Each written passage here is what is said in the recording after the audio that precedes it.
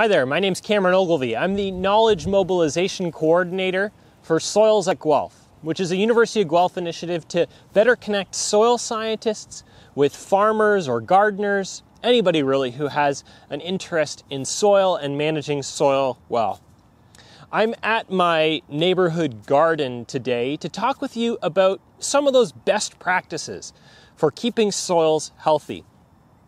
And so I'm going to walk through these one by one. There's 5 of them. I'm not the first person to come up with these, but there's I think you can boil it down to 5, and then we'll talk about what those practices accomplish. All right? The first one, reduce tillage.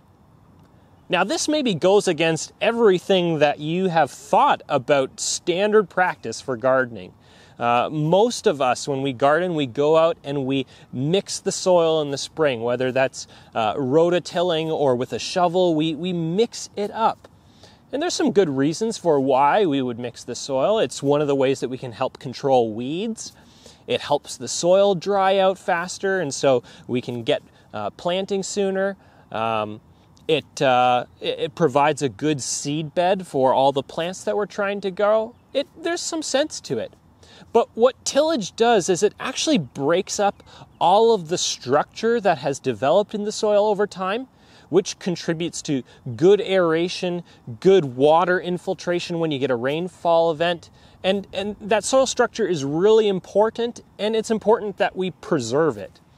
In the same way that you might think about how valuable structure is in your own life for keeping you healthy, having good soil structure is a key part to keeping soils healthy. And so it's important that we reduce tillage. All right, that's number 1. Number 2 is keep the soil covered. This is closely connected to reducing tillage because when you don't till, you allow things to stay on top of the soil. Sometimes you would use something like a mulch, a straw mulch, and you would put this on top of your soil, and that can help you deal with weeds instead of tilling them.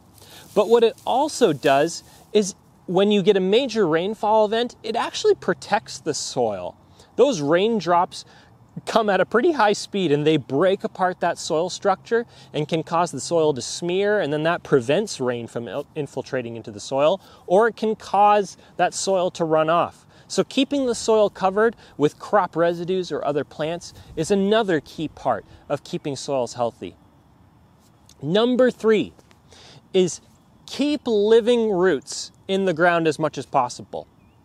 And the importance for this is that roots are a key architect in soil structure. I've just got some soil with some grass growing in it here, and as you break this apart, I even struggle to do so because those roots hold it together. You can see all the strings of those roots going across there. And as these roots decompose, they also release nutrients. They release some nutrients while they're growing. They release some sugars that feed the microbes that are in the soil. But these roots are a key part of building that good granular soil structure, feeding those microorganisms, and as they decompose, they contribute to organic matter that accumulates over time, and that organic matter is another key part of soil health. So keep living roots in the ground as much as possible. The 4th one is actually diversifying. In the same way that you and I like a mixed diet, it's really important that we also give the soil a mixed diet of different plants that get grown. Different plants have different root structures, and they have different supply and demand of nutrients to the soil. They also have different pests that are associated with them. And so it's really key to rotate your crops on your soil, rotate the plants that are grown, and that's a key part of keeping soil healthy as well. That's number 4. And the 5th one is incorporating animal manures or compost. And the reason why this is important is this is some of the best soil food that you can provide. Sometimes we think about managing nutrients in the soil with fertilizers.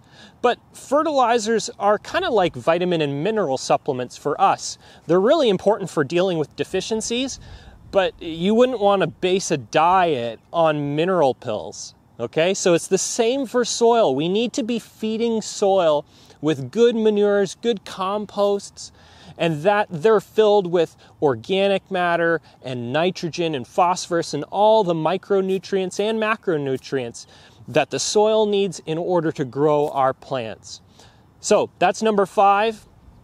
Incorporate animal manures. I'm going to review those once more. So reduce tillage as much as possible. Keep the soil covered. Keep living roots in the ground as much as possible. Diversify and include animal manures and composts. All these things are key parts to keeping soil healthy.